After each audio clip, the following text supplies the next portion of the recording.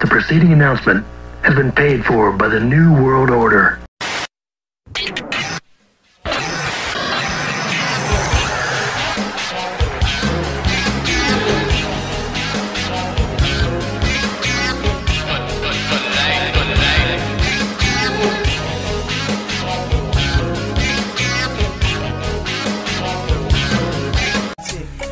But the dead don't have no memory. I'm coming!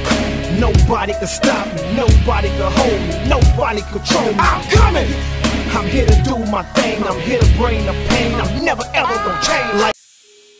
Yo, what is up, everybody? It's your boy here, Easy Koo, bringing y'all another episode of the Wrestling Heat over here on the Easy Koo Nation. I got exciting news to say at the end of the video, so stay tuned. And hope y'all been having a good weekend. My weekend's been going alright so far. I mean, it could be better, but we always don't get what we want. So therefore, with that being said, hope you've been having a good weekend. Hope you're ready for some wrestling news, and we're about to dig into it right now. So first thing that I got for you on the list of Easy Koo here, I got John Cena. What about John Cena?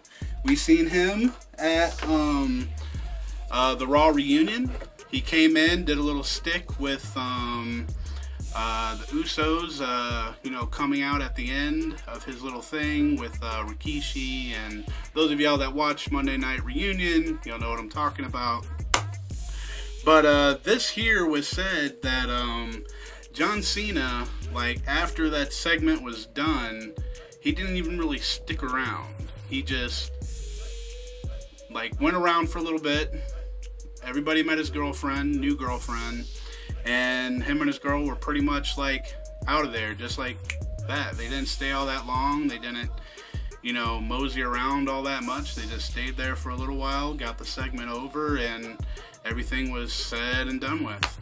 And me as a fan of John Cena, you know, you can't see me. It was a good thing, but it's just a sad thing that he's, you know, becoming kind of just like The Rock. You know, I do understand, you know, his body, you know, is breaking down a little bit from all the, you know, bumps and stuff like that he's taken over the years with the WWE. And I can't get mad at him, you know, if he wants to take a career over, I mean, making a career, you know, doing acting and stuff like that, now that he's, you know, winding down on his WWE dates and stuff like that. But yeah, John Cena didn't even stick around all that much. I guess he was only there for a segment and to say hi to some people, and some people met his new girlfriend, and yeah. I mean, it's kind of just like The Rock right now, kind of gave us the same kind of speech. You know, we're, you know, his home and WWE's his home and blasey, blasey, blasey. I don't know, folks, kind of has a little sour taste in my mouth after, you know, hearing about that. Maybe it's not a big, you know, ordeal to y'all, but to me, it's just a little bit. But what do y'all think about that below? John Cena not even sticking around, you know, for the big beer bash afterwards. That Stone Cold and, you know, many, even Lillian Garcia, man, she chugged quite a few with Stone Cold, even took a beer bath. But going on from that, ladies and gentlemen, let me know what you think about that down below in the comments. And we'll move straight along with a little segment that was brought up literally by John Cena, the guy that I just was talking about which one was it? About Jimmy and Jay and their, you know, being in trouble for DUI, you know, drinking and driving. Well, it looks like Jimmy Uso done caught himself another L by drinking and driving. You know, that's not really setting a good example for your younger, you know, followers that, you know, got your back. And Jimmy, for what it looks like, it's also becoming a bad thing with Naomi, and I guess her and him have been arguing and stuff like that, because it's pretty sad if you ask me. You know, he's already been arrested before for drinking and driving, and, you know, Naomi, you know, beautiful lady, definitely feel her glow. But Jimmy, man, you you got to tighten up. You know what I mean? You got to set a better example. Just be lucky that, you know, you weren't down the highway and, you know, you veer off the road and next thing you know, you took out a whole family. All because you want to drink and drive. And Naomi, kind of feel bad for you, but, you know, if he's got an alcohol problem, then he's got to get that attended to. And it looks like other than, you know, it affecting Jimmy and his wife, and now it looks like we might be getting a little break from Jimmy Uso, because I guess after maybe SummerSlam we won't be seeing him for a good little while, but I could be wrong. My sources are saying that he should be taking a break here soon, all from this, you know, DUI, and maybe work on his and Naomi's, you know, relationship, since, you know, it looks like drinking and driving is becoming a issue, and his drinking as well. Kind of feel bad for her, but I love you, Naomi, and to what I gotta say to you, Jimmy, I love you. You're a oos, day one-ish, but man, you got to get it right, bro. You got, you know, kids that look up to you, and then, you know, they see you on, you know, mugshot for DUI, bro. Come on, man, you're better than that. I know you're better than that. But I know you're never going to end up seeing this. But yeah, ladies and gentlemen, Naomi is getting mad at Jimmy. Jimmy drinking and driving, DUI. Let me know about it, you know, down below on your 2 cents on, you know, what you get out of all of this, or what I've just said about Jimmy Uso and his drinking problem and his marriage, you know, getting a little compromised because of that, and him taking a break. I think it would be a good thing for him to take a little break, get his, you know, stuff prioritized, and, you know, come back like the oos we all know he is. So going right down from that, straight on down. Oh my God, chat. Now, there was an interview that was done not too long ago with the what do you call it? With Saudi Arabia and the WWE. And Saudi Arabia is still asking for wrestlers that have now been deceased for a good while now. And the last two that they have asked for this upcoming up show that WWE is going to be doing, I'm not sure when the timestamp is for that, but it looks like they asked for Macho Man Randy Savage and Eddie Guerrero. Bruh. Do they even watch what goes on in wrestling? Like, that's just sad, man. Them people have been, you know, passed for years, okay? And they don't even know that they're dead, and they say that they watch wrestling and stuff like that. That's nuts, ladies and gentlemen. They don't even know Eddie Guerrero and Macho Man Randy Savage have been gone for a good chunk of time now, and I miss both of them. Oh yeah, and we lie, we cheat, we steal. But yeah, Saudi Arabia, big L on that one. You should know that these, you know, people are no longer with us. But Saudi Arabia keeps on asking for dead wrestlers that have been gone for multiple years, and it's pretty sad. If, you know, you're a wrestling fan and you've been watching WWE/WWF as long as I have, you should know that they are no longer with us anymore. You know, I miss them both a lot. But yeah, let me know what you think about that, chat, down below, because that's just a little ridiculous if you ask me. But going down to, ooh, this is some big news. Some of y'all might have heard that Charlotte Flair is going to be having a match with Trish Stratus this SummerSlam. And not only that, supposedly this Tuesday, I believe, we are going to be seeing Trish Stratus on SmackDown Live. And me, I can definitely go for a little bit of stratisfaction, if you know what I mean. But yeah, ladies and gentlemen, Charlotte Flair and Trish Stratus will be having a match. SummerSlam. Looking forward to it. And definitely look forward to it if it is true for Miss Trish Stratus to come over and stratify us all on SmackDown Live. Because she still is a MILF? GILF? I don't know, which one would it be? But she's hot. She's hot. She's hot. But what do y'all think about that, ladies and gentlemen? With a legend supposedly coming back to SmackDown, and for her and Charlotte Flair to be throwing down. What y'all think about that? Down in chat. And now, going on from that good news, I think it's some pretty good news between them two. It looks like WWE are considering a Canada brand and a Japan brand for NXT.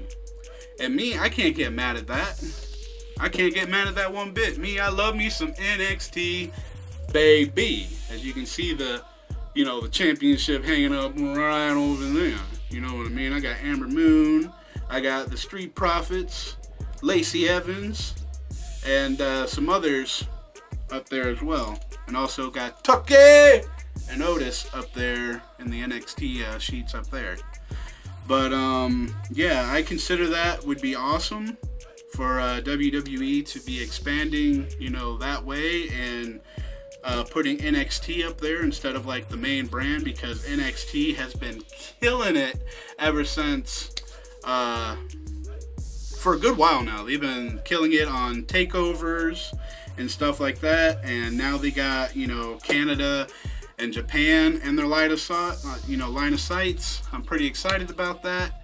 What do y'all think about that, chat down below? Would you like to see some Japanese, some Japan, and some Canada, action going down? Me, I can never get too much of wrestling, but that's just me. What about you?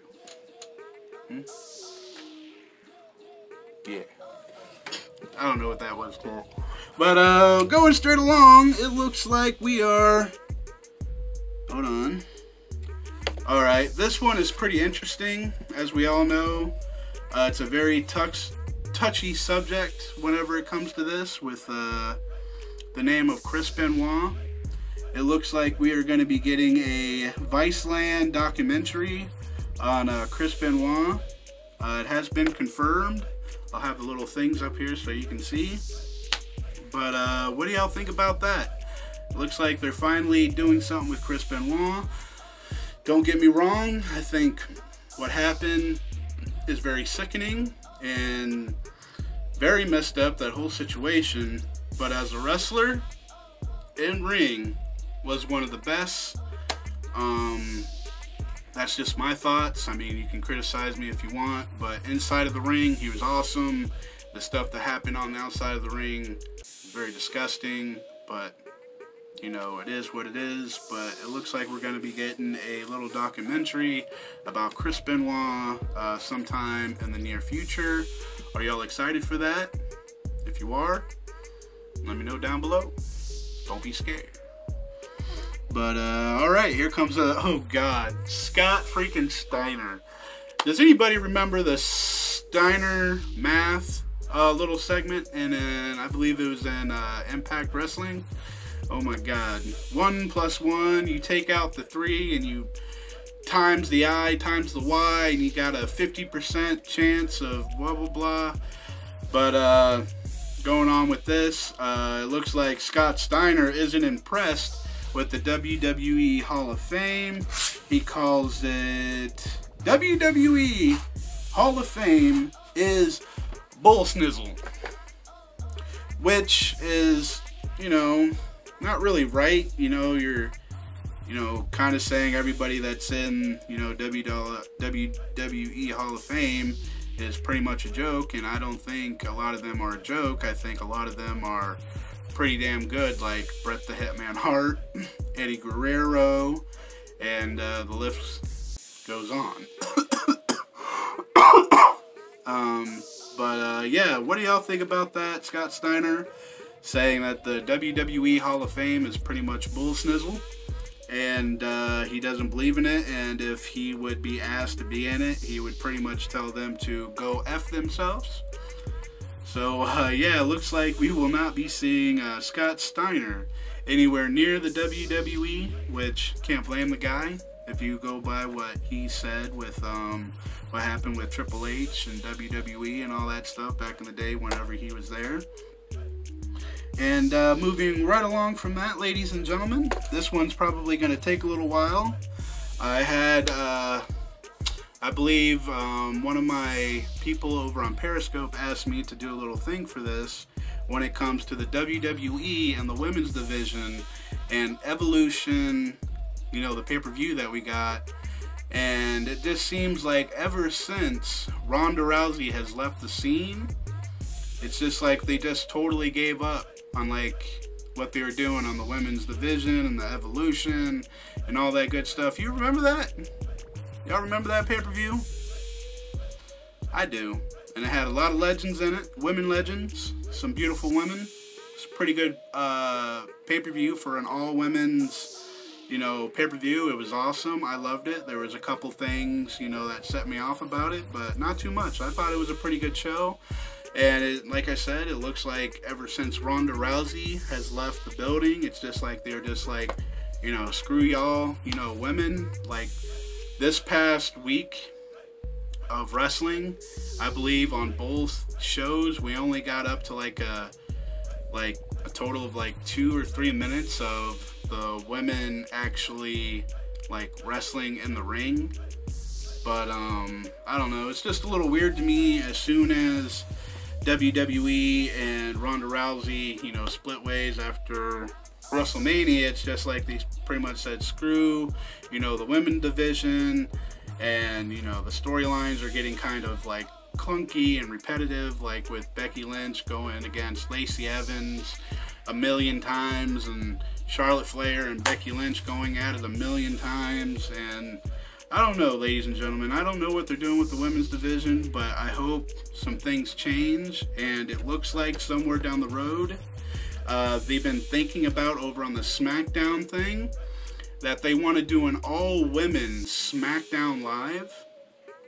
I believe it would be after one of the Saudi Arabia shows. I'm not sure which one it would be, but there has been talk about an all-women's pretty much roster on SmackDown. I believe they only might do it one time, but I think that would be pretty cool. I don't know if y'all would think it's cool, but I think it would be pretty cool. But yeah, ladies and gentlemen, it just looks like they have totally forgot about, you know, the pay-per-views and the women's tag team, you know, titles and all that stuff has just been like a giant joke lately, and I'm getting kind of pissed off about it. But I believe the women in the WWE have been, you know, kicking it up a notch and actually doing better than the men at some points. And that's pretty awesome if you ask me. You know, the women have been tearing it up. Alexa Bliss, Becky Lynch, Charlotte, just Asuka, the whole, they're just doing an awesome thing. And I wish that they would get more time on television, regardless on if it's like a 5 to 10 minute match. At least we would get to see them instead of, you know, just talking. But yeah, I hope that they have more pay-per-views and stuff like that lined up.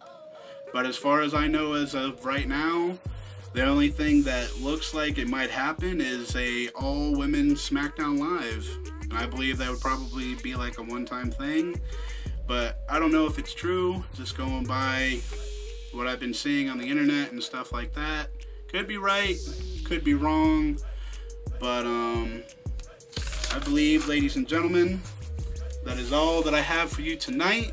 And for what I gotta say right now, ladies and gentlemen, I'll be putting it up bam and bam. I found a guy that is going and go ahead and have some merchandise printed up for me, and I hope you like what I got for you here and here. It's only the first line of many things that will be coming out, and I'm thinking for the OGs of the channel and on my Periscope, I got something even more special for y'all, which is one of the hoodies that is in the currents of being, you know, drawn out and all that good stuff, but I will have pictures of that soon. But ladies and gentlemen, that is all that I have for you tonight. I got merchandise, we got the wrestling news, the wrestling heat, my beautiful folks over here at the Easy Coup Nation. I don't know what I'd be doing without y'all. I love y'all. I love seeing y'all over on Periscope and over here on the channel. And if you got anything to say, just let me know down below. And yeah, ladies and gentlemen, I got like a big old Kool-Aid smile right now, but I love you guys, and y'all are making it happen. So much love. And remember, ladies and gentlemen, to always keep it too sweet. Peace. Boom. I'm out.